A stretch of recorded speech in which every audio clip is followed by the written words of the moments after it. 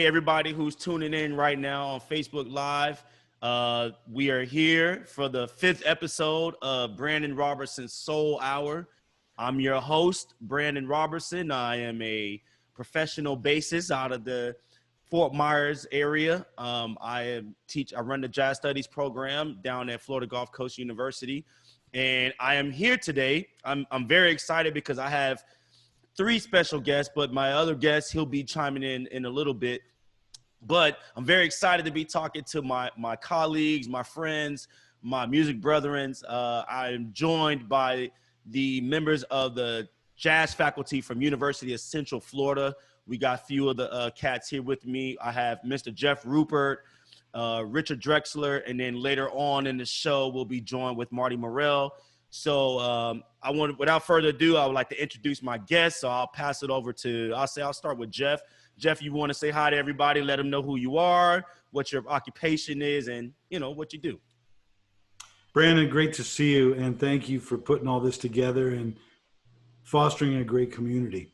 For those of you who don't know me, my name is Jeff Rupert. I'm a tenor saxophonist, and I'm originally from New Jersey, and I reside in Orlando, Florida, as I'm the Director of Jazz Studies at the University of Central Florida. Nice. And then Mr. Drexler, you, sir. Hello there, Brandon. I've been playing with Jeff since the 1980s, but I've been on faculty at UCF for 15 years, in full-time for 4 years now. And I've been a lifelong professional musician. I recently tallied up and figured I've done somewhere right around 10,000 paid gigs in my life, not counting church services and other things. But so Florida has been great to me. I've probably worked since 1987, 80 to 90% of the nights I've played music somewhere with somebody.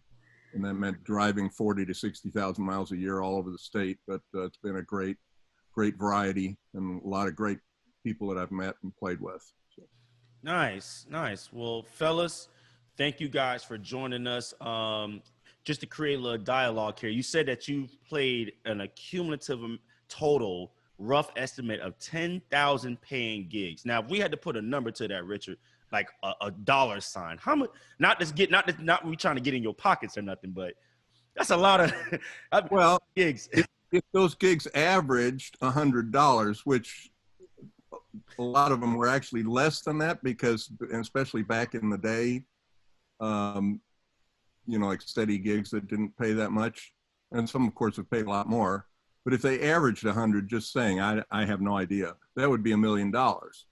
But so I looked and wonder where that money went, but it went for my upkeep because I didn't have any other source of income. I mean, I basically was making my living, just kind of going week to week and getting paid.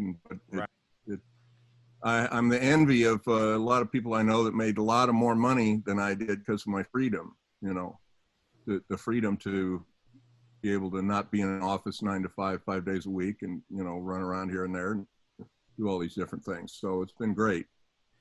Jeff, I didn't have a sense to do anything else, so it worked out.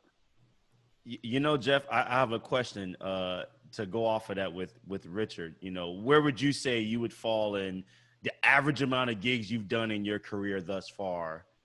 And you had to Well, I know for a long time I was averaging, I just remember from doing my taxes, 300 gigs a year from the time I was about 23 till about 40. Wow. So what would that be? It's 17 times 300. So that's roughly, what would that be? 1,000 or 200? Over 5,000 right there. Yeah. Probably. But, it's funny, like my mantra, and even though Richard didn't say it, I know he feels the same way I do.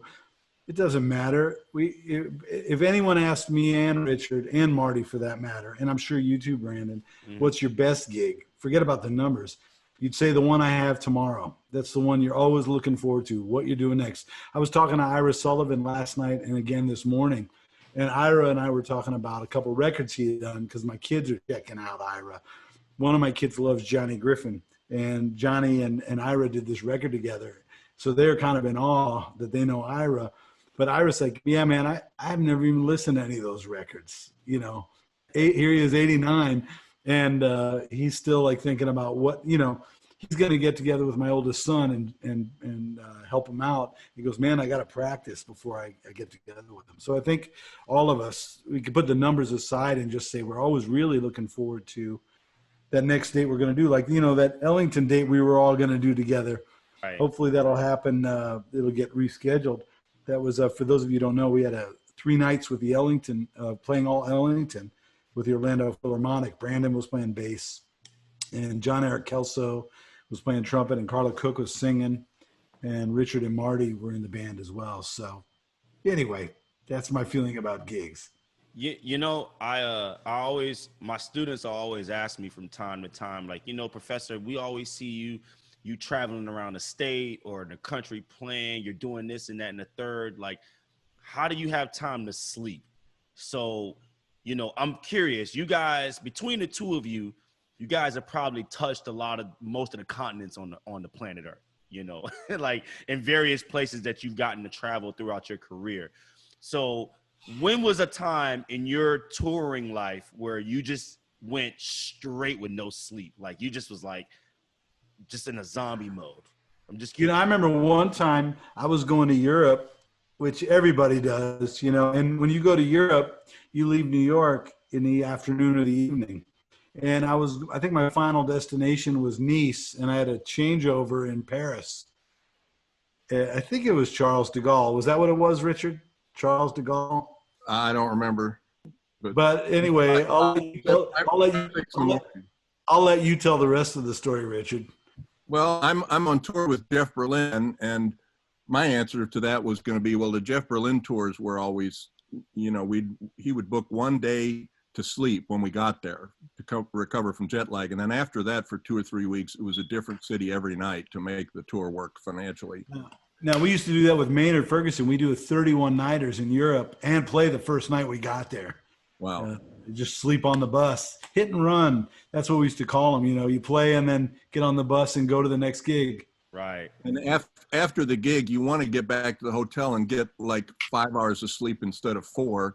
But everybody wants to be your friend and get an autograph and talk to you, you know, and you can't get the promoter to leave and get you out of there. But anyway, so yeah, we're I think at the end of one of these tours, and we're tired, and it's 5 or 6 in the morning, and at Paris, for some reason, you have to change planes, you have to get off and go through security again. So we're standing in this long line, irritated, and Jeff Berlin and I hear a familiar voice behind me say, "Hey, jackass." And it was Jeff Rupert. At the same moment.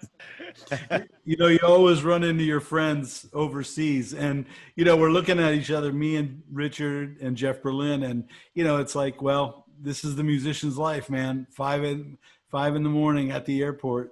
Right. Going to the next gig. I think we have a picture of that somewhere too, Richard. Oh yeah, I got it on my Facebook, and yeah. And Jeff Berlin says, "What are you doing here?" And Jeff Rupert says, "Oh, I'm on the gig." And he said, "No, you're not. It's my gig." And Jeff, you say Richard Drexler knew exactly where I was coming from. Richard's like, "Oh no, he's on the gig." Oh, that's hilarious. You know, I have a funny story real quick. We were, when me and you guys remember Zach Bartholomew, piano player? So Zach and I were in a trio together, and this is like in 2013. And I'll never forget that we were in Chicago. We were playing at Andy's, and we had a two-night run at Andy's. And the night before, we were playing at the Jazz Kitchen over in Indianapolis. So, you know, we wanted to go check out Kenny's studio, because that's like a very well-known recording studio where cats go and hang and whatnot. And you know, he was like, "Yeah, man, you know, you guys are going to Chicago, you guys got to get an Airbnb." Now, this is when Airbnb kind of was just starting out, and we went on Airbnb and we're like, okay, we have $50. What can we get for 2 nights for $50? So we were sleeping in this old lady's cellar, because in Chicago they have basements, and in Florida we don't have basements in Florida. Well, you do, but not like up there and up north where you have like a real basement where you have the huge heater, like the big water heater is like pretty much taking up all the room in the basement. And so we're in the bottom of this lady's basement, and she has these wooden beds with like this hard mattress. It's like freezing down there. We went there in late November, early December, so it's cold. It's like freezing, and neither myself, Zach, or Miles had blankets or nothing like that, because the lady didn't supply any of that. She said, we just got a bed, I have a bathroom, you can shower or whatever downstairs, and then that's it. We just needed a place to lay our head. Well, no one warned us about Chicago's coldness at night. Like, no one told us how cold it actually gets in Chicago. And we're right off Lake Michigan, so, you're getting all that wind. And the whole entire night, guys, we were so cold that the three of us, we pushed our beds together. And you got three grown men, like shoulder to shoulder, locked up, like laying next to each other, like freezing our butts off. We're like trying to create this body heat.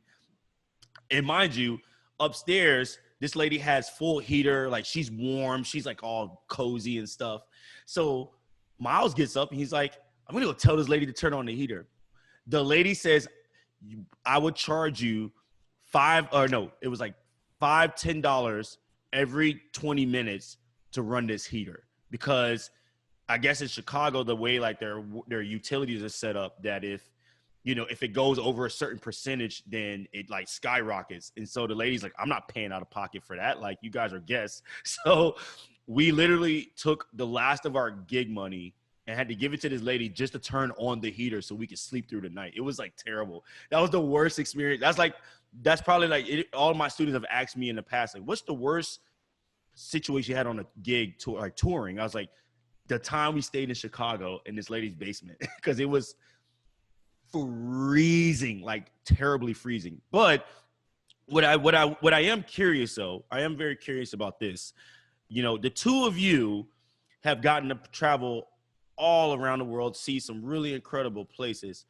And what was the jazz scene like in some of the different cities and countries that you guys got to go to in comparison to like here in the States? And now I'm not talking about like, we're not getting into like the whole race part or anything like that yet, but I'm just speaking in terms of the music and the culture. Like, how do people perceive jazz in other countries around the world? Because I've gotten a chance to tour over Europe, but not to the extent that you two have, so I'm just. I know Richard has an opinion, and maybe we don't have to talk about it too long, but I'll tell you, Brandon, as much as I love playing in Japan, all over Europe, I'll tell you what, you never know where the great crowd's going to be. Some of the best crowds are right here in the United States of America, in some small bars. Richard and I love playing. We get to play at this bar. There's a great trumpet player in Indianapolis. You know what I'm talking about, Richard. Mark Buzelli has gotten me and Richard and sometimes Dan Miller on a gig at this great club called Chatterbox Lounge. Yeah, Fort Wayne. This guy Dave. Yeah, man. I mean, this place is, and you know who loves it? George Garzone. He goes, oh yeah, I love the Chatterbox Lounge. I mean, there's great venues all over the world. I mean, New Morning in Paris is great, and there's all these great clubs all over Europe. But people are people, and there's times where I remember one of the hippest gigs I ever did as far as crowd appreciation was I used to play in this Haitian band led by Dadou Pasqua. It was Magna Band, great Haitian band. And this is back, I think I was just subbing for Craig Tardy, I think. Or it was Greg Handy. And playing out on Flatbush Avenue for like this Haitian crowd that was the most unbelievably appreciative crowd I've probably ever played for. The drinks lined up on the bandstand. Not that that's a moniker or a way to judge, but these people were very appreciative. So anyway, I don't mean to bogart you, Richard. I feel emphatic that it is where it is. I did a really hip gig once. I was playing in front of a bus station, of all places. It was like a public concert, and there's all these vagrants hanging out they started singing along with jazz tunes. Wow. You know, so yeah, you know, you can't judge a book by its cover, and you never know where you're going to get that vibe. Well, of course, one difference, like in Europe, you know, a lot of the national budget of these countries goes to the arts, or at least it used to. I don't know if it's still doing that, but the government would actually give money to jazz clubs to help keep them going. So that's obviously something different. You know, we all kind of know about the economics of jazz clubs here in this country, and you know, now the pandemic is going to be another hurdle to jump over to keep that going. You know, after 9/11, a lot of the clubs like in Chicago closed and never came back when there was kind of a downturn then.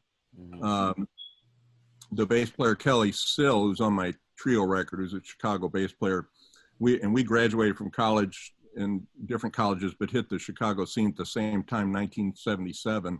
And his quote that I've often used is, when I first hit Chicago, gas cost 29 cents a gallon, the house cost $16,500, and jazz gigs paid $75.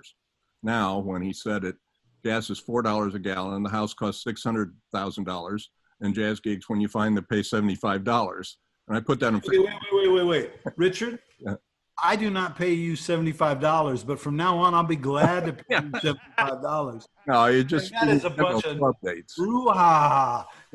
Man, Brandon, it smells here, man. You set yourself up for that one. I can't get you out of that one. You did. Hey, I don't pay you $75, Richard. You don't pay me $75. I wasn't talking about you, but I was saying somebody else came in on Facebook and said, wow, you still have $75 jazz gigs there? So. Yeah, but I gave you a hard time for taking one for $100 the other day. Right. You know, like, come on, man. They're out there.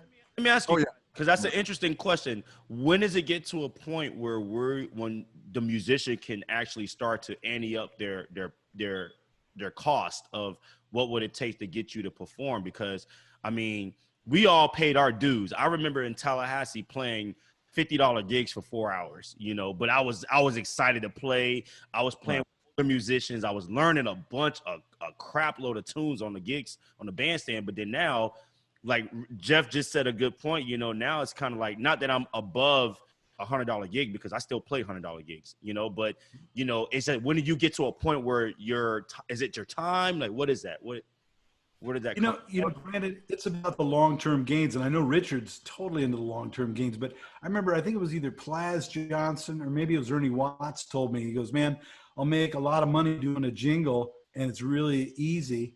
And then it'll take everything I got to play a jazz gig and I'll make, you know, chump change. So right. I just think, for Richard and we talk about this a lot. Like Richard, when we work together, Richard, I mean, we never talk about the bread, you know, we're always just like a bit, but of course we've been playing together for so long that we're on the same page. But, you know, Brandon, I think for young musicians, what I would say, Kenny Barron told me this, Michael Brecker told me this. Michael Brecker said his advice when I was in my early 20s was take every gig you can. And when you get older, you'll probably, and I can't word it the way Mike did, but he was basically saying when you get older, you'll be in a position where you're making choices about what you want to do. And, you know, and that's by the grace of God, that's the way it's been going. I also want to say, I remember Mike told me his first gig in New York, when he moved to New York, he loved telling the story. He said, my first gig was with a clown and a drummer at a gas station. Wow. Okay. Yeah, and thanks to you, Jeff. I mean, you know, I've got a full-time gig at UCF, and I can be a lot more selective. I basically don't have to go out of town all the time. But yeah, before I was teaching. But you know what, Richard, though, your artistry has gone through the roof, and you know you're a tremendous asset. But look how much better the gigs. Not that you've always played with great musicians, but we're doing projects all the time. I mean, I see Marty here now. I mean, the three of us are doing projects all the time. Marty, you're on mute, by the way. You wanna unmute your microphone, Marty. That way we can. Everybody who's chiming in right now, this is our third special guest, the legendary drummer, the man. Who I aside from Jeff and Richard, who I have the uttermost like deep, lovely respect for. This gentleman is one of the cats that, you know, just the sheer amount of knowledge and growth and girth that he has in his playing and the history. He's part of jazz history. All three of these gentlemen are part of jazz history. So I'm very welcomed and humbled to have Mr. Marty Morell on the show. Marty, thanks for joining us, man. How are you? I'm good, man. I'm great. And sorry I was a little bit late. I was actually supposed to teach until 7:30, but I cut it short so I could join you cats. Yeah, man. But I'm good. I'm great, man. I'm enjoying life. What can I tell you? Nice. Yeah, Marty, we was talking about like the status of like when you're playing, like, you know, when you first start off, you playing kind of a chump change, and then you kind of like move up the echelons of statuses of terms of like pay. But sometimes money ain't worth it because, you know, I've done gigs where, you know, I'll drive up and I'll come play with you guys, but the fact that I get to play with you guys, I'm more excited about that than the bread, you know, because you know, it's you guys are beautiful cats, and then I'm playing with some killer musicians, so it's like a win-win, you know. So there's a balance between someone choosing a gig that pays a lot, but then you're not getting nothing out of it, you know. So Oh, that's kind of. sure, absolutely. So what's your take on Absolutely. that, Marty? Like how? Well, I just what came to mind was actually my very, very first gig. My very first gig.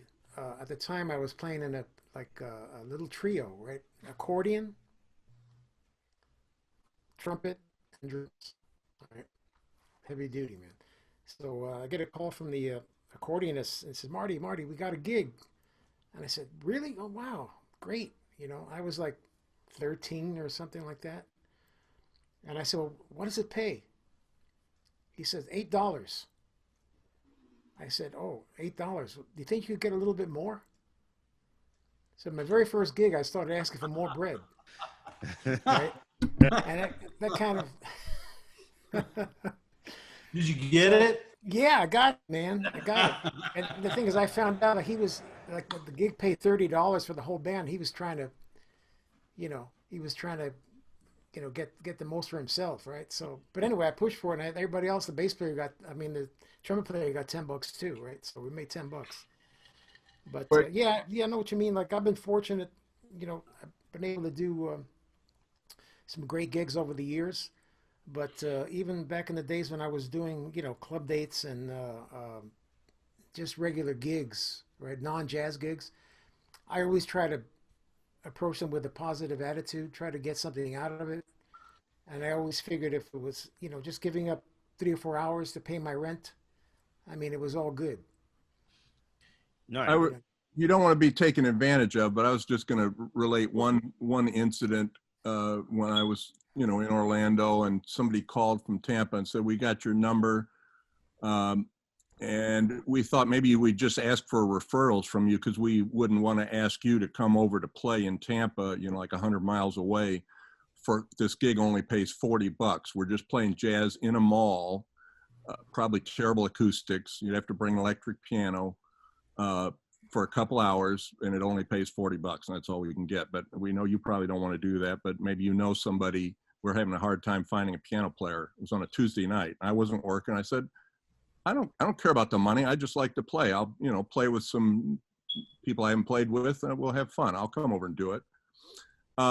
Basically, that turned into a 6-year, 5-night-a-week gig at the Hurricane, which if I had come up at them with an attitude like, how dare you even, you know, ask me about $40, you know, 100 miles away, I wouldn't have gotten that gig, which was the best thing that ever happened to me as far as growing and learning tunes and stuff. So, you know, Rick, you remember guys like, remember Benny Golson guys, when Benny Golson would Right. talk about him and Jimmy Heath and Train and playing in this big band in Philly. And then when, you know, when the Jazz Tet started, like McCoy was really young and Benny got McCoy. I mean, it's the same, you know, same thing. And it's really inspiring to hear all those stories. Well, you bring positive vibes. I think it really helps. It reminds me of another story when I first moved to Toronto, right? You know, I don't know. I lived up there like 25 years. But I get a call from a piano player to do a gig at the Holiday Inn. And I had just come off the road with Bill Evans, right? So he called me. He says, "Man, I thought I'd give you a call. I didn't think you'd want to do this gig, but I thought I would call you anyway, right?" So it was for 2 weeks at Holiday Inn, which happened to be like 10 minutes from where I lived. I was living at the time. So he said, "Well, it's kind of a dumb gig. We have to play with this Irish singer who plays ukulele, right? And he sings like all these tunes, and everybody's drunk. But we get to play 2 jazz tunes before each show. And the gig pays this, it was pretty decent bread, not great, but I wasn't working, I wasn't doing anything." I said, "Sure, man, I have no problem." He sounded like a real nice guy, right? Mm-hmm. So anyway, I went to the gig, and there was no bass player. It was just drums and piano and ukulele with this guy singing all these Irish songs, and everybody was like totally hammered. But anyway, we established a good friendship, and he was a really talented guy, a good writer. And so after the 2 weeks, I made a little taste, and paid my bills and established a really good friendship, right? So about a year later, he called me, and well, first after the gig, he said, "Thanks so much. I didn't think you'd want to do it, man. I really appreciate you. I mean, you play with Bill Evans. Now you're going to come do this." I said, "Man, no problem. I'm happy to work." And he was for me, it's about the human experience. He was really a great guy, really a nice guy, and a good musician, right? Mm-hmm. He just trying to survive, just doing what he could to pay the bills, right? So anyway, about a year later, he calls me and he says, Marty, I just got this gig for CBC, which is a Canadian broadcasting company. Mm-hmm. I'm musical director for this TV show, this series. Are you interested in doing it?" I said, "Yeah, man, great. Sure, terrific." So I wound up working for about 7 years, like with this guy doing these TV shows, and just made a ton of money from doing that. And it was nice music too, But again, if I had brought, kind of negative vibes to the gig, or even turned it down, right, it would have never happened, right? But it's about the human experience. Like the guy sounded like he was really cool on the phone, and said, "I want to meet him." Down the road, this happened, man, and I was like, wow, unbelievable. So go ahead, finish. Go ahead, finish, Marty. I'm saying if you bring positive vibes for any gig you do, I think in the long run it has a good effect on your path. And I'm glad you guys touched on that, because part of the reasons why we do what we do is because we're trying to connect with other human beings from other different cultural aspects, from other different backgrounds, other different, we're all different. And like the first time I played with Jeff, and the first time I played with Richard, or the first time I played with you, Marty, that was an experience. That was a real human connection. That was a real in the moment deal that all of us remembered, which is why we still work with each other. And I think, the camaraderie that you build with gigs, especially I remember Marcus Roberts telling me one time, he said, if you show up to the gig expecting to get paid, you've already lost the gig. And I never, I sorry to interrupt, Brandon, but I saw Marcus, if I remember correctly, I was at Sweet Basil's, and I saw when he sat in with Wynton Marsalis, and the guys were telling Wynton, "Oh, you got to let this guy play," in the last set, Marcus came up, and Wynton was very nice. He goes, "Okay, what do you want to play?" And Marcus called one of Wynton's tunes. Ooh. And Wynton went, "Oh, okay." And they played it. And then he goes, "Well, why don't you stay up, man?" Obviously he was playing well. And he called another tune. He called another one of Wynton Marsalis's tunes. Wow. And, Marty and I have talked about that. Like, he knew Bill Evans' book before we got on the bandstand. I knew about you, Brandon. Even though you weren't the leader, I knew about you, and I knew what to expect from your playing. And I think anybody that does well, no matter what walk of life they're in, are thorough in nature. Right. Kind of like, like a little kid who loves following a baseball team. You don't just know one pitcher. You know all the pitchers. And right. You're thorough And Richard and Marty are very thorough in their understanding of the music they're going to play. Right, right.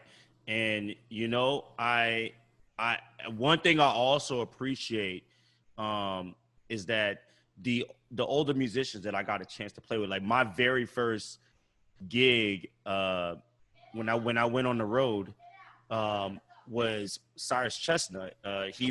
We were playing at it's called the Blue Restaurant in North Carolina, Charlotte, North Carolina. And I was on the road with Zach, and Cyrus was there in the audience. Had no clue at the time. I mean, I knew who he was, but I had never seen him in person. So, you know, for me, it was like Zach comes up and says, "Hey, Cyrus Chestnut wants to sit in and play a tune with you guys." I was like, okay. Now I know him from Winton, you know, from back in, you know, him playing with Winton back in the day. So I was like, cool. And he did the one thing that every older musician, and I know you three have all experienced this at some point of your life in your earlier career, that when you play with an older musician, they don't tell you what tune they're going to play. They just start playing it. And that was my first time ever experiencing something like that, where I'm on the bandstand and I have no clue what's going on. The uncomfortability of what I felt in that moment was real. It was a raw feeling, like, I don't know what tone he's. Now, he was playing Blue Bossa. That's the song we played. But when he started playing, he didn't play the melody. He starts improvising, but he's improvising over the changes. So I'm like, oh, what tune is this? And I just couldn't figure it out for the life of me. And he looked up at me and he said it very nicely. He said, "You know what I'm playing?" And I'm like, "Nah, I don't know what you're playing." And he's like, "This what is this?" And this is the response that was so beautiful, man, in that moment, what made me grow. He said, "Listen." And he kept playing. He didn't tell me the name of the tune. It wasn't until maybe, I want to say he was 2 choruses in. He had already started the song, but he was 2 choruses in before he played the melody, because he wanted me to use my ears and figure out, like, you know, listen to what's going on. That was an important lesson for me. And ever since then, every time I get on a bandstand with a cat, I love that uncomfortable feeling I get, because that means I'm actually learning. I'm actually growing into the position. I'm actually figuring out what's around me, what's going on. So I'm gonna jump right into the next segment, because that kind of led me into what we want to talk about, the music. Now, everybody who's watching, this show is called the Soul Hour. And, you know, you guys got to forgive me. We was having a great dialogue. I never try to mess up the flow of the dialogue, because, you know, I always have a good time talking to you cats. But I do know I want to get into the music that you guys selected. So for everybody who's watching this, I always ask my guests, I give my guests 3 words. 3 key words that kind of represents the element of why they would select these certain choices. So the first word is life. The second word is freedom. And the third word is perseverance. Life with music kind of encompasses everything that we feel as human beings. The freedom that music gives people to express themselves naturally and organically, and the perseverance of being able to overcome certain adversities where it comes to being a musician and also a listener. Because when you get exposed to different types of music, you're actually becoming a listener. You're becoming someone who's actually intertwining with the music itself. So Jeff, I'm going to start with you. And what I'm going to do, just for the sake, because of what's the lagging that I might see on my end, I've been posting the links onto the live chat, so that way people can maybe click on the link and they know what songs we're talking about. So Jeff, you chose for life, you chose "Oh What a Beautiful Morning" by Fathead, or Mr. Ray Charles himself, off the album True Love. Why did you select that tune? The American spirit, to me, is embodied most greatly in jazz music. And when we dive into jazz music, the thing that really, well, there's many things that are wonderful about jazz, but one of the things that I think is so profound is how, if you're a singer or a trumpet player, the idea is to have your own voice. And Ray Charles singing this Broadway tune, "Oh, What a Beautiful Morning," epitomizes that idea of being an individual within a group setting. Mm-hmm. Well, that's jazz, Brandon, and that's being an American, being an individual within a group setting. That's why I picked that. Louis Armstrong did that with that. It's a great video of him singing Dinah, and he tears it up, and he's singing in 3/4 with this cross rhythm, but it's all buoyant. And so this idea of expressing yourself, within a group setting, to me is central to what you do, Marty, Richard, and I. Mm-hmm. That's why the personalities are so important. I trust Richard and Marty with my life, and I know every jazz musician feels the same way about people they love playing with. Mm-hmm. So anyway, Ray takes this song. He takes every song he does and sings it in a completely unique way.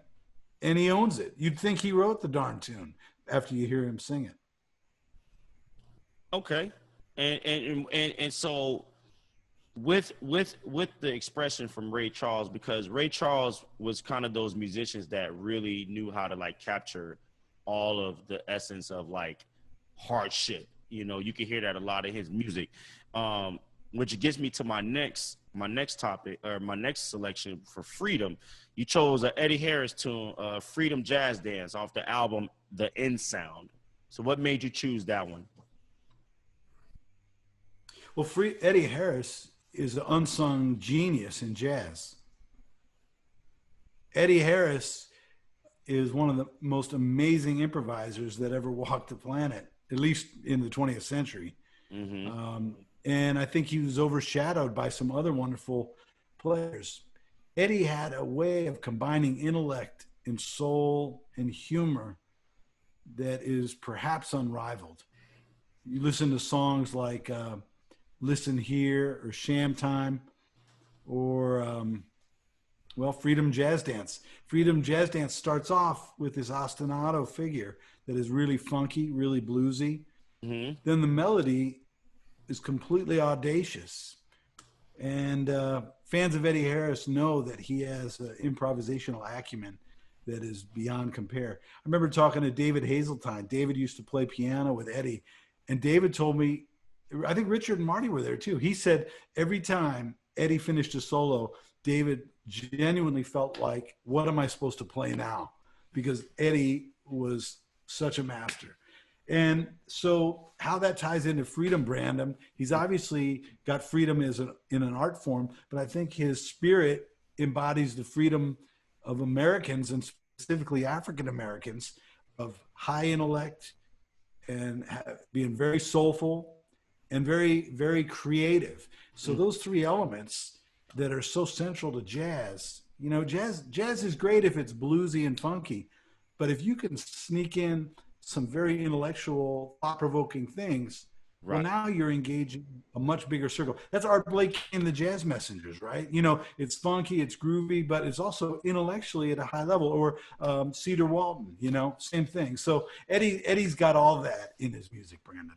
Okay. I see Richard and Marty nodding their heads. I know they know what I mean. He's just bad. He's fantastic. I just absolutely love him, man. Great. So my last one, and by the way, the audience is actually, I see people commenting. So I've been posting the links into the comment sections. So people are actually clicking on the links as you're talking about it. So I think it's cool that they're hearing it as you're explaining it. So that's a good trade-off. Oh, cool. The last part is Perseverance. Now you chose a tune that to me is probably one of the hardest songs that you can play in a big band. Like if you have a really killing band that can play this tune, you happening. And this is by my man Oliver Nelson off of the record More Blues in the Abstract Truth, but the song title Blues in the Abstract Truth. The different metric modulations that happen in this song is ridiculous. like you have to have some kind of form of sense of time to be able to navigate through. So you use this as Perseverance. Why did you choose this one as Perseverance? I had the opportunity. I mean, I've been a fan of Oliver Nelson since I was a kid, from the $6 Million Man. Mm-hmm. You know, he did the TV show, and then when I heard Stolen Moments about a year ago, my friend, I mentioned him before, Mark Buzelli up in Indianapolis. I was coming through Indy for a gig, and Oliver Nelson Jr. lives there. And he said, "Hey, do you want to do a gig with Oliver Nelson Jr.?" And man, Oliver was so cool. He took Mark's recommendation for me to play the gig. So it was a great band. I mean, as you know, Indianapolis has a lot of fine talent. And anyway, I got to play this with Oliver conducting. And you know, my favorite version of this is the small group version, not the big band version. Mm-hmm. I think it's 3 horns, 3 or 4 horns. It's if I remember, it's alto, tenor, trumpet, and baritone saxophone. Okay. And we did that. And at any rate, when you hear that, we played the version that's on that record. And I think that was either Phil Woods or Eric Dolphy. I think it was Dolphy. And you know, my part, you know, I'm seeing the parts like Rob Parton is playing tenor, and his part says, not on this particular tune, but on another one, said just Ben on it. It was Ben Webster's actual part. Oh, and I said, Oliver, man, you got to take these originals and put them in a vault, man, make photocopies. But getting back to the tune, you know, like Freedom Jazz Dance, it's got this really hip intervallic intro. But then when you get to the melody, Brandon, it's just a beautiful minor blues.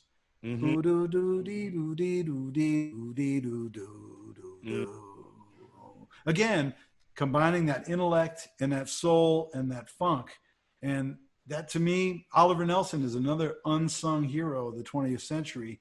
And that music is so rooted in the blues and intellectually challenging, and it's relentless. And relentless is obviously a synonym for perseverance. Thank you. Yeah, and you know, the way you described Oliver Nelson's music is kind of how I felt. I played Stolen Moments. That was like one of the first standards that I learned in high school, because, you know, just the form and the simplicity of the chord changes. It was easy for me to like hear the bass and kind of know how it navigates and move around. So I really appreciate that you actually chose Oliver Nelson, because he's one of those, to me, he's one of those under, like, you know, musicians that has such prominent, he was such a prominent figure. You know, I put him in that same category, you know, with the Mel Lewis band, you know, big band, you know, that Jones and Mel Lewis group was just phenomenal. And, you know, well, you know what though, Brandon, I would put him as a saxophonist up there with Train and with Eddie Harris. You know, some people might not agree with me, but he was a saxophonist of the highest order. Yeah, definitely, most definitely. Jeff, and you're right. I mean, his big band was killing, no question. That's why I said, like, if you can play that tune, the big band version of that tune, like you got it happening. That's on the second album, right? The second. Right. Yeah, it's funny because it's Blues in the Abstract Truth, but it's not on the album Blues in the Abstract Truth. Right. It's on the album More Blues in the Abstract Truth. Right. Okay. In fact, Django, my youngest son, I think he's become enamored with Eric Dolphy, and he listens to Hoedown from that over and over and over again. Oh, and you know, I think it's Oliver goes Hoedown, you know, and Django's all over Eric Dolphy. You know, he's been checking out Dolphy. Wow, amazing. I just listened to that the other day. It was on Spotify, and that solo that on Stolen Moments, the solo that Oliver Nelson takes. With that vibrato, right? That is a classic. I mean, that is so beautiful. And like, very few notes. He's not going like all over the place, man. He's just like lyrical, and it is beautiful. Yeah. Really, that broke ground then, that record. That was it's a fantastic record. That's a very monumental moment in jazz too, man, because the direction that jazz took from there was, you know, the cats that proceeded after them. You know, it made the music keep growing in its own, like a seed being planted, and you just start to see the start of the branches started to filter out, which actually to go off of that, Richard, because I want Richard. you picked some tunes, man. The songs that you selected, I went back and started listening to them, and now I can't stop listening to them. Like, I actually want to find vinyls for all of these records because I'm like, man, I can see why Richard picked these. Like, if like these are like true essence of 70s sound. I'm gonna start with you. We had our discussion. I thought we weren't supposed to pick actual jazz records, but just soul. So I stayed away from some that would maybe be considered jazz albums that went over into this. I'll say real quickly that, of course, Marty, I'm sure, aware of Bill Evans' contribution to the Oliver Nelson, but didn't Teo Macero played tenor on the first one at least, right? And my mom was hanging out with Teo's wife in New York while my dad was working on his master's at Columbia. And somehow I think they lived in the same building or something with Teo Macero. Of course, Teo produced all the Columbia records, you know, for Miles and everything. But yeah, I'll just say I kind of didn't put much thought into the Perseverance one. That was just very surfacey, just because the words of once you get started, it's hard to stop. But I always loved that tune, the vibe of that tune, Rufus with Chaka Khan. So I had to put that on there.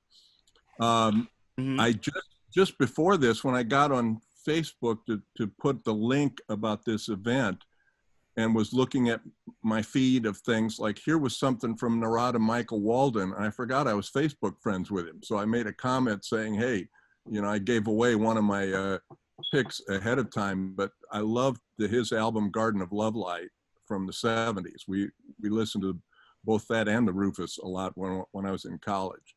But that's a great, very underrated guitar player, Ray Gomez, who a friend of mine from Bloomington, Illinois kind of took care of. He had some problems and stuff, but he was a great rock guitar player as far as his solos. He had signature sound. And then David Sanchez, who I don't know what has happened to him, but he was very big in the 70s, and he's on that record. And then for the freedom ones, I basically was approaching the concept of freedom from spiritual freedom is the ultimate freedom. And I don't care who you are, the freedom you ultimately need is to be free from yourself and get over yourself. And so I approached that from a spiritual point of view. And so the Andrae Crouch record, there are several tunes on that record that could have qualified for that. But a quick anecdote about that, I was actually in Bible school and I was singing in Tulsa, and I was singing in this group that was with the Bible school. And late one night, being an insomniac, I was driving around and the only thing open was like a 7-Eleven. And I went in this 7-Eleven and there's nobody else in it. And I kind of was thinking about how I used to, back then 7-Eleven still sold Playboys and things like that. And I was thinking about how I used to feed off stuff like that, but didn't anymore because I'd changed on the inside. And so I picked up this and I'm just looking at it. I've got a Playboy in my hand, and the guy behind the counter, who's the only other person in there, says, hey, aren't you in the, and then the name of the group of this, turns out he was going to the same Bible school. And I said, yeah, I'm trying to explain my way out of it. But he said, yeah, you're in the group, right? And he said, yeah, I'm a musician too. In fact, that's me singing right now. He had the radio on and this Andrae Crouch record was playing and he was singing a solo on the Andrae Crouch record. Wow. And then, well, why are you in this 7-Eleven? Well, because I'm going to the Bible school you're going to. And this is a record with Stevie Wonder playing harmonica on it and Philip Bailey from Earth, Wind and Fire's on it, and all the hippest LA studio cats are playing on it. It's a big time album. And this guy that I'm talking to is, singing right at the moment with, and anyway, it was very providential because we wound up doing a lot of concerts together. And his name's Howard Smith. In fact, maybe he's on here. He's a Facebook friend. I think I talked to Howard, and he told me he remembers that you bought the magazine and said, I'm buying. He said that, to quote him, he said, oh, Richard told me he was buying it for the articles. No, Howard was actually in a group. The whole group came to the school from Detroit called the Testimonial Singers. but the church they came out of was Reverend Winans' church. So basically all the rest of them were the Winans. And Howard kind of helped through this association with Andrae Crouch, helped them get their record contract with, they became very big in gospel music. But, and then actually Howard and I were talking about going out and joining a new group that Andrae was going to start with, basically the guys from the group Koinonia, who were all the Bill Maxwell, the drummer, and Abe Laboriel, bass player, and all these LA studio guys. But it wound up not happening. But anyway, so that's a long story, but just kind of anecdotal about how I came to know that album. Man, I will say this, that Narada, Michael Walden, man, I went back and I checked out, I listened to the whole record, and then I went back and listened to Andrae Crouch. And you know what's cool about you cats is, you know, we're not going to throw age in this for a second. I want to throw in wisdom, because you guys have so much musical wisdom that somebody of my age group would not only appreciate, but it's like there's so much music in the world, you can't listen to everything. But when you get introduced to something that actually resonates with you and you can understand the person a little more, which was the sole reason why I put this show together, because I know you cats personally. You know, I've met you guys, I met your families, you know, and I've hung out with y'all. I've broke bread with y'all. You know, we played gigs together, but people associate us as being jazz musicians. And I've never felt that way about you all or any of my other guests, because once I got to talk to y'all, know y'all, I'm like, man, you can hear it in their playing that they have other influences that people may not be aware of. Because Richard said it earlier, when you're on the road, you get it done with the gig, you're tired, especially when you got to go play somewhere the next day and you got to get up at the crack of dawn. Your call time is like 5 a.m. and you know, you want to hang and socialize with people, but sometimes you don't get a chance to do that. So the people don't get to know that. So I learned more about you guys just through this process in terms of other stuff that y'all check out and how it correlates into your musical DNA and how you guys perform. It makes sense to me now, which when Richard picked these records, it made sense to me, because I like listen to the way Richard plays on piano, and I'm like, this cat be playing some stuff. I don't know how he hears this stuff sometimes, but you know, it's because of that nature of different records and recordings that you've been exposed to over time. It really just it shows your true musical format, you know, which leads me to. You and I talked the other day too. We both had a mutual respect and admiration for all those George Duke records. Yeah. Oh man. And we all knew Ndugu, Leon Chancellor, who was the drummer on all of that. Passed away recently.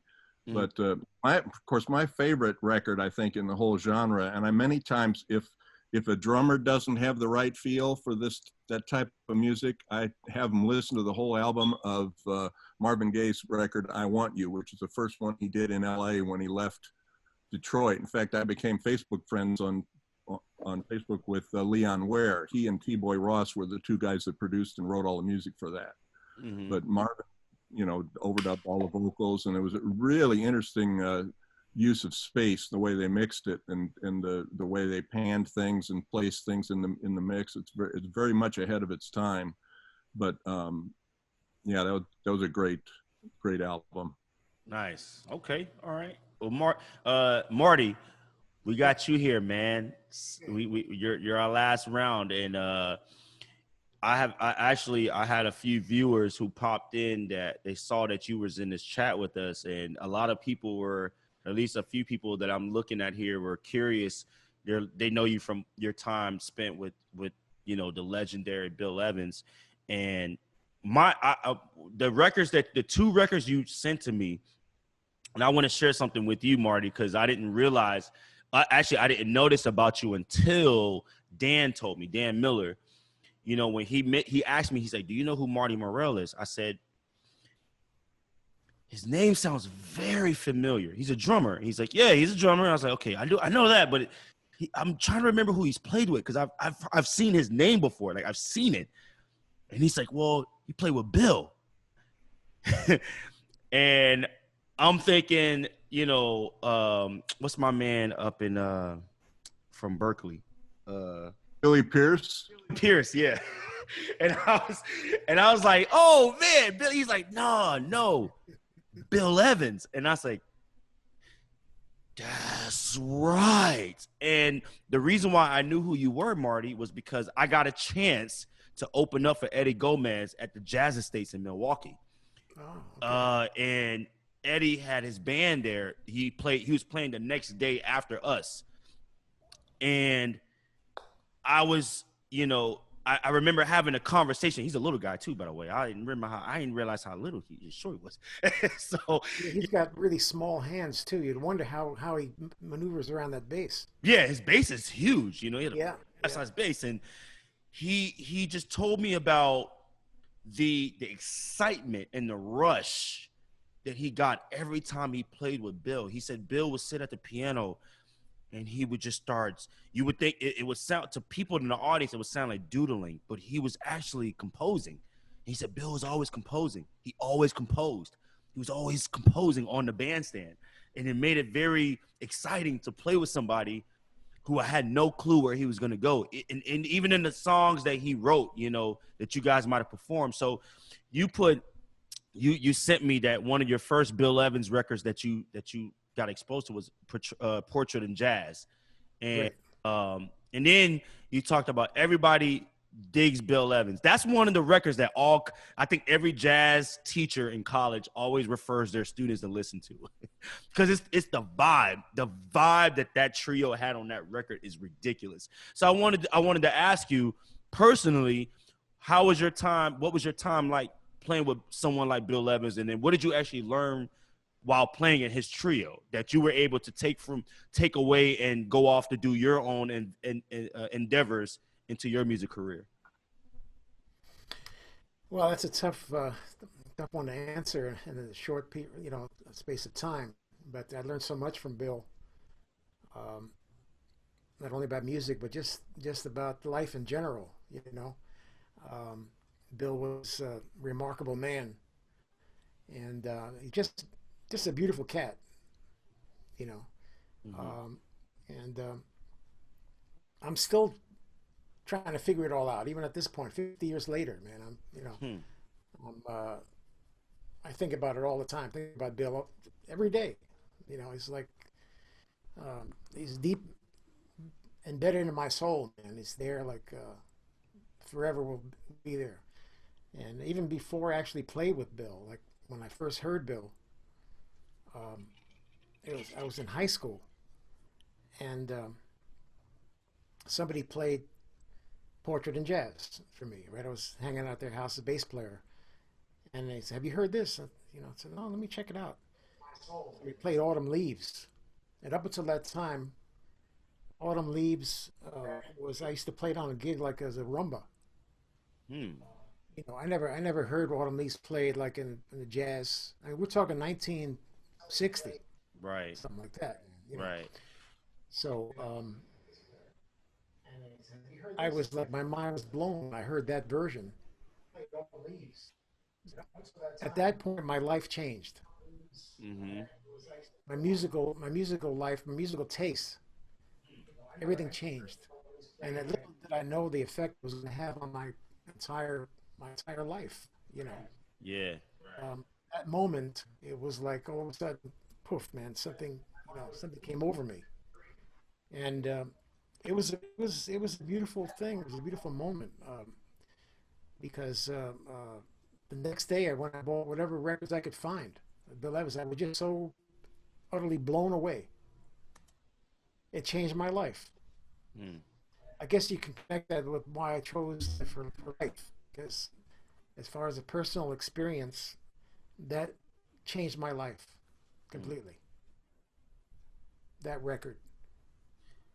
And then how did you get into the Everybody Digs Bill Evans? How did that transpire? Somebody told me about that, and I heard that, and I love Philly Joe and Sam Jones, you know, and that was recorded before Portrait in Jazz, right? That was 1959, right? And I heard that record, again, man, it was after I had heard Portrait in Jazz. And I said, man, that's one of my all-time favorite records. I mean, bar none. You know, I mean, Philly plays so great on the whole trio is like fantastic on that record. There's so many great cuts on that.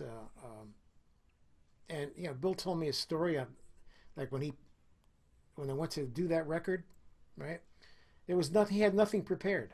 He just had a few, you know, an idea of a few tunes he wanted to play. In fact, they got to the session. It was only a hi-hat stand with, you know, and that was it. Wow. So there was no drums, right? So they searched around and found a bass drum, marching bass drum, like a big bass drum. And then and then they found the snare drum. And Philly got one of his, called somebody, and they brought one cymbal.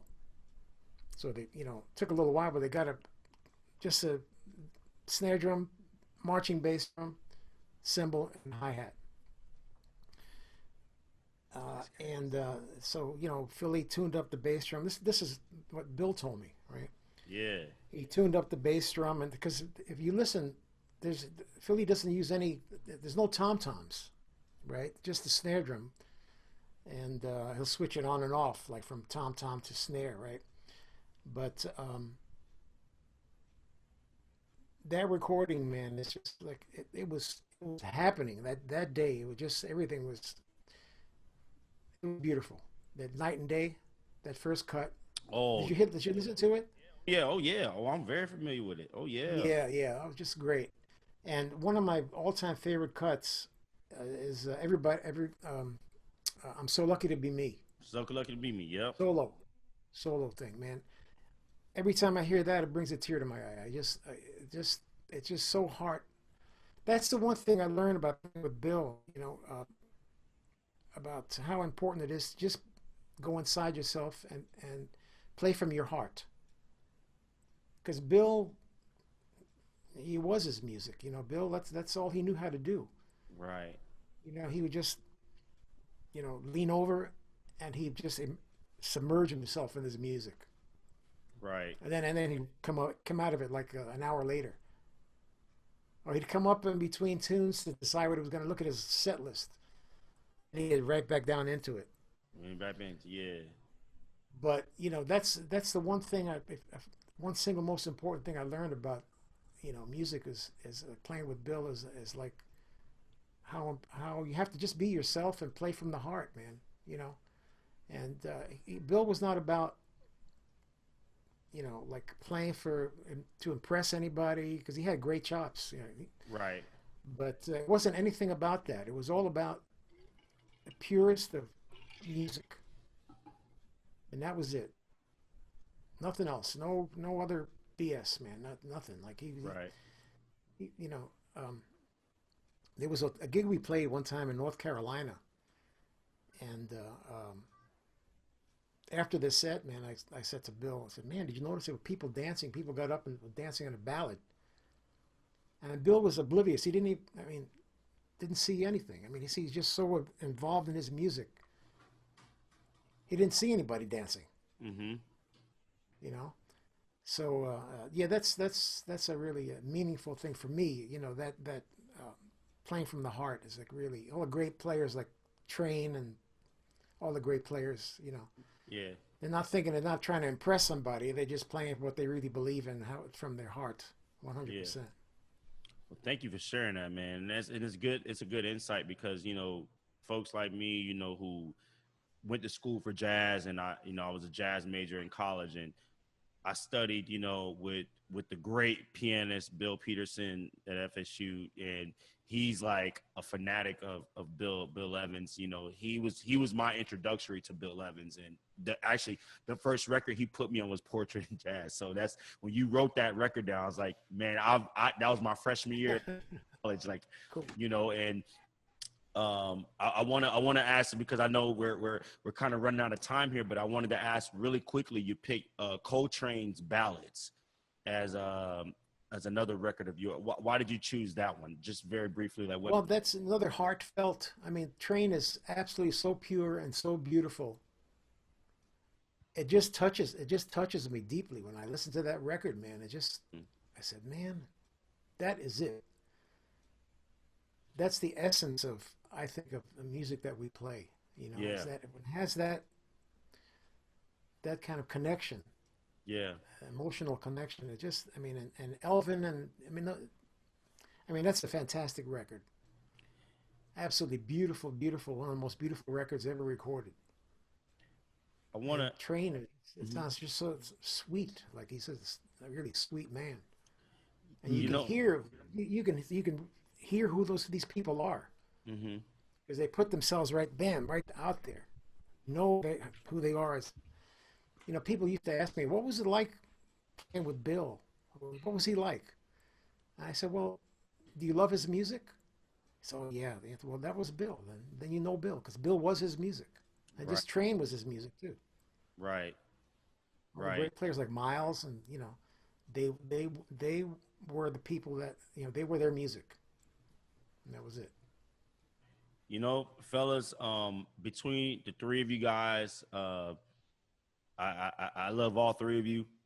You guys have, you know, have welcomed me with open arms, not only as a friend, but also as a music brother. And just being able, every time I've got on the bandstand with the three of y'all, I've always taken away something that I learned from about myself, learned about the music, learned about you guys, and um, you know, and what we're dealing with right now, and the times that we're in right now, the music, the music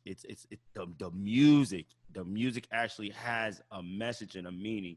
And the three of you guys have done such a great job over your careers embodying thousands of kids like me who've come through your program, who have studied with you individually, that has gained a grasp of the music that we play. I mean, that's why I love playing jazz music, because of that, because of those three words. That's why I picked those three words, because those three: life, perseverance, and freedom. Those three words embodies and represents this music, you know, and the feeling that we get every time we get on the bandstand, like it's an excitement. You know, I look at Ron Carter, who's in, you know, I think he's 90 now, right? Or 89 or 90 years old. And when you see Ron play, he plays as though he's like in his 20s, you know?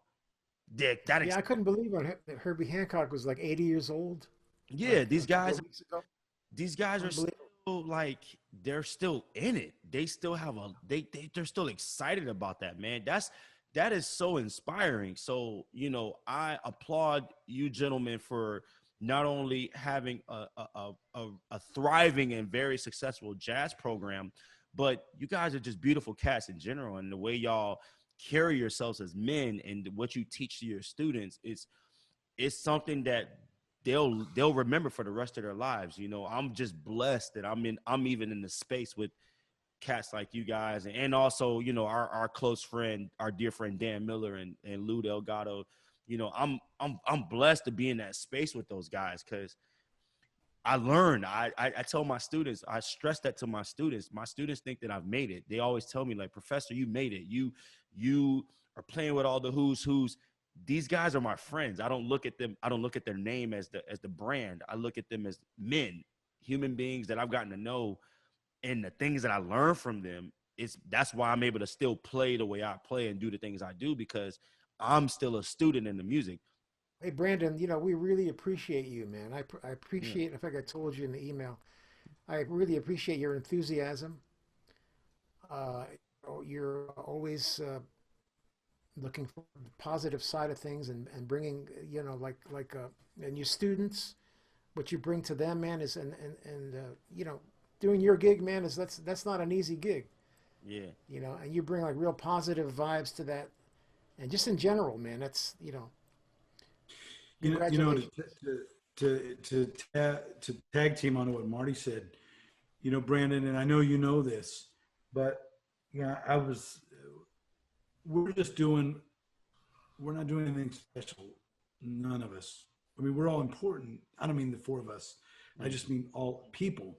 But what we're doing naturally is doing what was done for us. You know, Right. all the people that helped us out, you know, and it's a long list.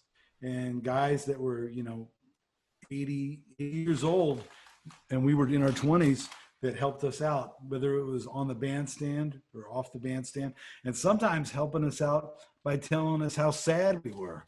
Yeah. Yeah.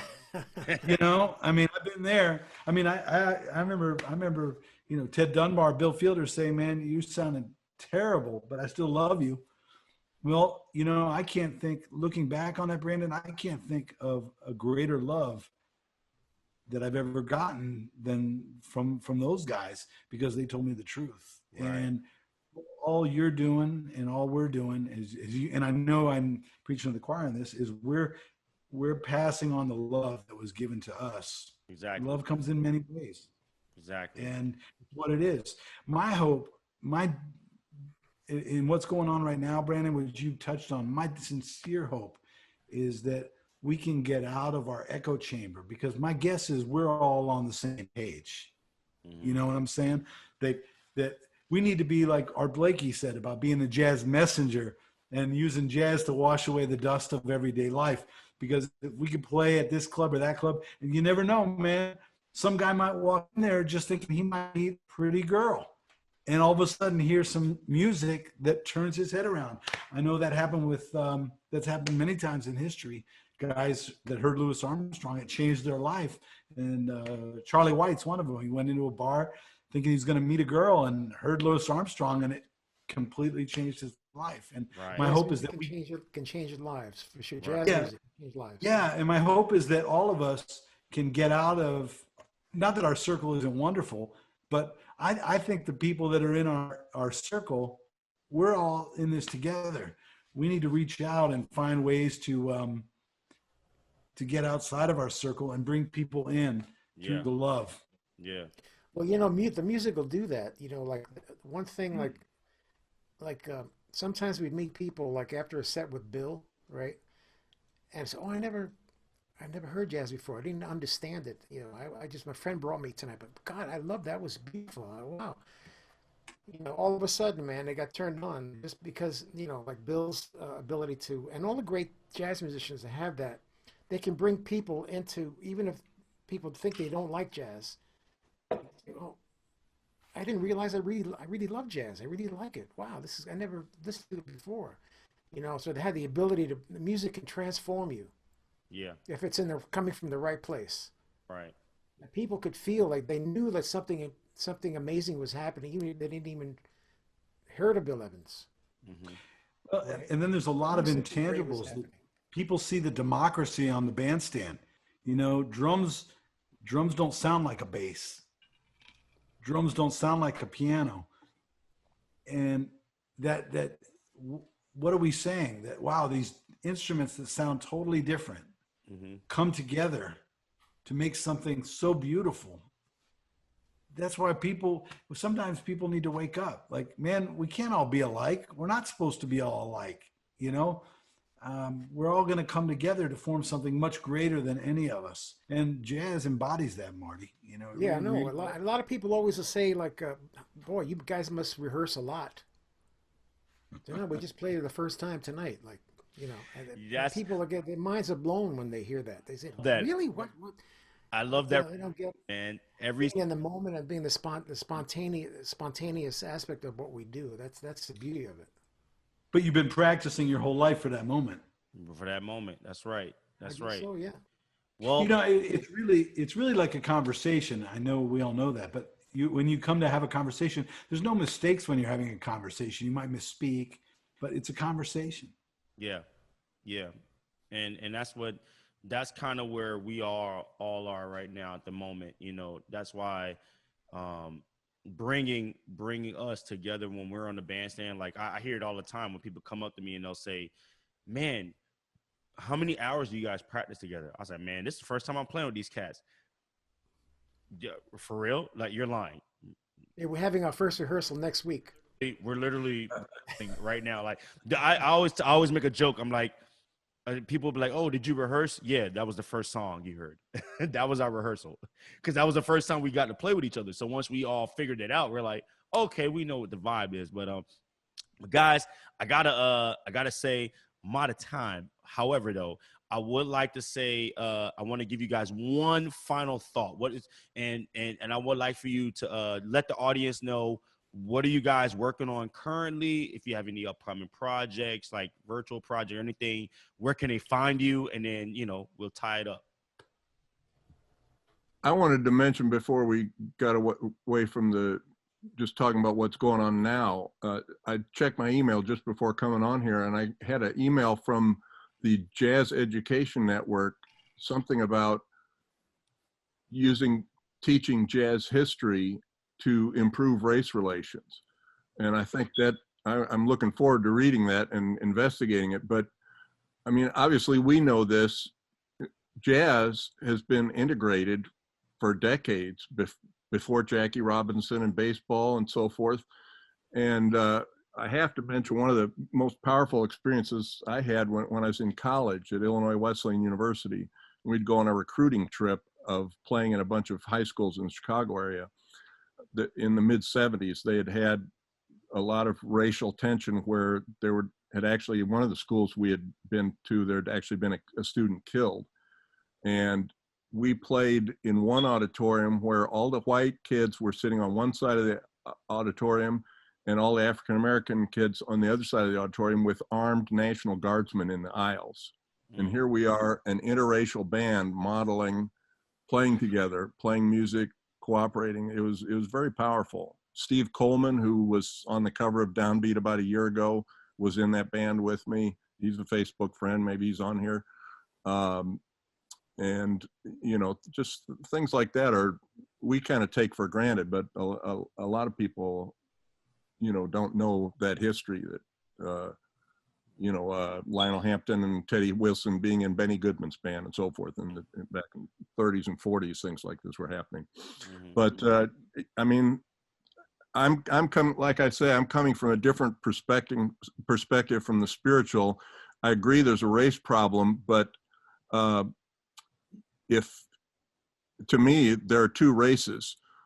And I attend a church that's probably about 60 or 70% African American. And those people that love God and love people and that are not just living for themselves, they're members of my race. Some guy that's a Caucasian, that's maybe a Ku Klux Klan, or even if not that, but just living selfishly and has never been regenerated to any sort of higher life other than just kind of animal instincts. That's not my race. I'm a different race from him. Mm-hmm. So that's, I had an incident when I was young where I actually died of a drug overdose and got raised from the dead. My spirit left my body and I went down the log dark tunnel, and maybe you've read of similar experiences, but that kind of obviously gives you a different perspective on life. You realize that the outer person is not the real person. The inner person is the real person. Mm. And so somebody that's a different race than me and type of inner person they are, then there's a conflict. Right. But somebody can look different on the outside and be the same race as who I am, who I really am. Well, I'm glad your death was broken by a special report or something, Richard. I'm glad that didn't happen.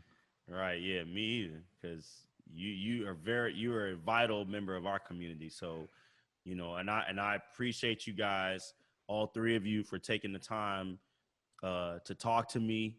I appreciate you guys sharing your wonderful knowledge and insight on music and life and your experiences as musicians. And for those that are listening, I support these brothers. They're colleagues of mine. They've never, ever shunned me away when I've ever had questions about higher education or, things about what I'm doing at FGCU. They've always had my back. They've been in my corner. They've given me great insightful information how I can improve my area, what I'm doing down there. And I have friends who have attended UCF that have worked with them. I have local friends that have worked with these three, and they are one of all three of you, most upstanding gentlemen that I know in my circle, man. So I appreciate you guys very much for taking the time to do this show with me. And on that note, I want to end on just saying that we all are in a very a tenacious time right now, and I voraciously speak love and unity within my domain, and it starts within my inner circle. It starts with the people that are around me. So the fact that I'm surrounded by, again, I know I'm kind of praising these guys up, but they've just taught me so much about life and how to be a man and how to navigate, as a musician in this world. And so I think the younger viewers who are probably watching this really appreciate the information you guys have shared tonight. So bless you, brothers. I love you guys again. We love you. We love you, Brandon. Love you, and we appreciate you, Brandon. Really appreciate you, man. Yeah. So for that note, everybody, this is the Brandon Robertson Soul Hour. Thank you guys for tuning in. I really appreciate y'all sticking around with us, and have a good evening. I'll be back next week for another episode, and we'll see you guys soon. Cool. Time for beer. Throw one back for me, man. Okay, man. We'll see you later. All right, cats. Take care. Thanks, Brandon.